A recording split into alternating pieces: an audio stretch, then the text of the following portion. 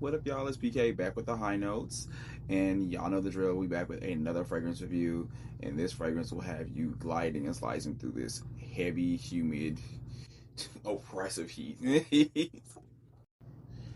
This week's fragrance is Mystique Bouquet by Afnan, a fragrance I hold near and dear to my heart. This is my second bottle of this. This stuff is so fire and so easy to wear. Really easy reach for this. And streets say it's a dupe for Valaya by Parfums de Marly. We'll get into that later, but y'all, this is it. If you like musk, this is it. All right, so let's get into the citrus musk that is Mystique Bouquet. This has top notes of white peach, lychee, mandarin orange, and bergamot. Orange blossom, vetiver, mahonia, and peony. Base notes of ambroxan, musk, vanilla, and oak moss. So I guess I'll get into the comparison a little bit sooner, just so you guys have a background, so maybe some background knowledge about the original fragrance. The original Valaya has a white peach note that is way more prominent in the opening and last and even into the mid. This has a white peach listed, but I don't get a lot of that. It also has the lychee note that is listed. I don't get a lot of that either, which I think it being a citrus musk is more appropriate because it seems to revolve a lot more around that bergamot and mandarin orange that gives it this, like, this zesty, zingy, lively opening. I enjoy it.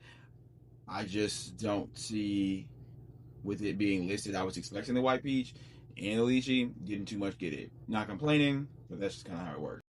Okay, and in the mid, we get a fresh, soft, kind of full orange blossom, or maybe just the dewiness of this fragrance makes it feel full, along with its mahogany note, which is a synthetic yellow floral note.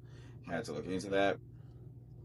And then it is joined by this like earthen vetiver, and this it smells very light, and dewy as well. The peony, maybe that dewiness is coming from the peony, which I do love. The peony is just like a diet rose. It's like rose. The robustness is kind of turned down.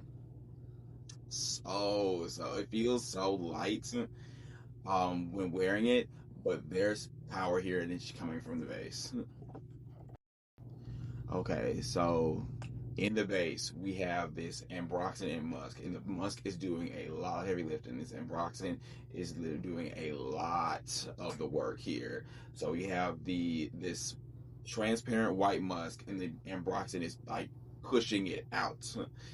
I'm trying to make that make sense. It's like it makes the transparency of the musk feel more tangible. It's kind of like a lot more perceivable to the nose. And then there we have the oak moss alongside of it that gives it this, it feels like how humidity smells, if that makes any sense. It feels like there's a warmth to it, not super heavy, but heavier than a regular musk, if that makes more sense. This is not a sense that you have to lean in and smell on somebody. Absolutely not. They'll be able to smell you before they're shoulder to shoulder with you, for sure. And then we have the vanilla just to sweeten things up. Like, this isn't like once again, not a skin musk, but it does have a tad bit of fantasy like vanilla sweetness to it. Just a tad bit. A lot of the times I don't even know where to catch it. So I like to describe this scent as majestically elevated.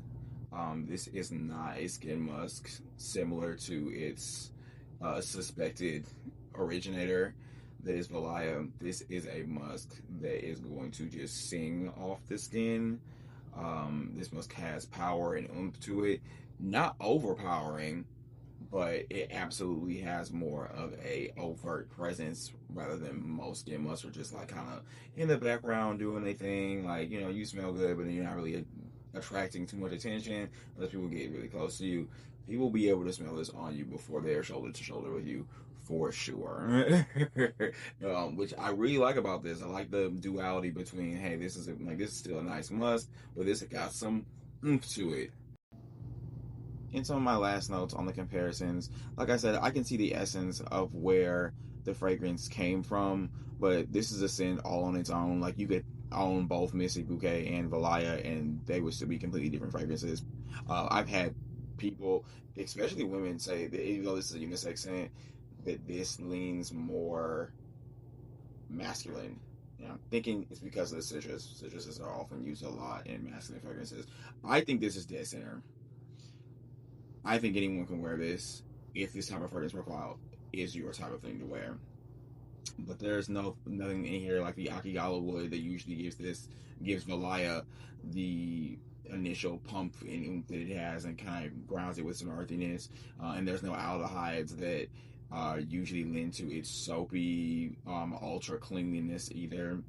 But this fragrance doesn't need that. This fragrance is, like, once again, standalone on its own. 10 out of 10, no notes. Okay, but how does it perform? And this has about a solid 5 or 6 hours of wear. It's been a 1 or 2 times that this has randomly lasted me all day, and I'm not really sure what happened or why it did that. But I, on average, get 5 or 6 hours, which is I expect that for a fragrance like this. I love that still. But this does have a half an arm's length of projection. Like, this is still pretty good. Like, people are absolutely gonna notice. People definitely notice me when I wear it. Sillage is not a strong point here that I know of. But it has some.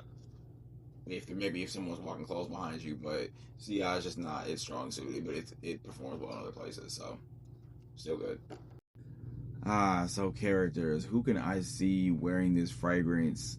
And the person that comes to mind is Arturia Pendragon, from Fate Zero, the girl that was the allusion to Arthur Pendragon, and she had disguised herself to pass off as a man for so long. They called her King Arthur.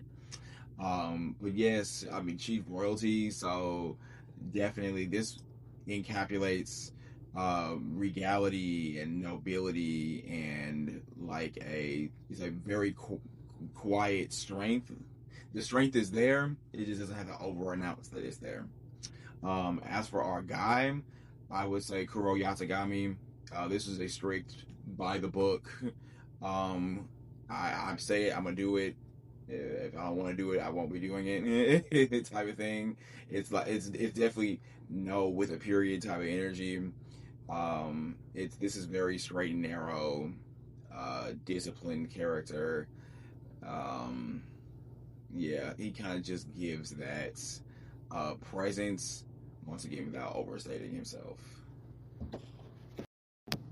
And that is all I have for my fave Mystique Bouquet. And as I said, y'all know the drill. Like the video if y'all enjoyed it. Subscribe for more fragrance content every week. And comment down below who you can see wearing this. And can we get into this bottle real quick? I love this crystalline design in the gold top. How it transitions from green to blue. I just live for this. So let me know how y'all feel about this fragrance. If y'all like the citrus musk vibe, if musky fragrances are even y'all thing. But yeah, tell me about it. But until next week, bye y'all. Thanks so much.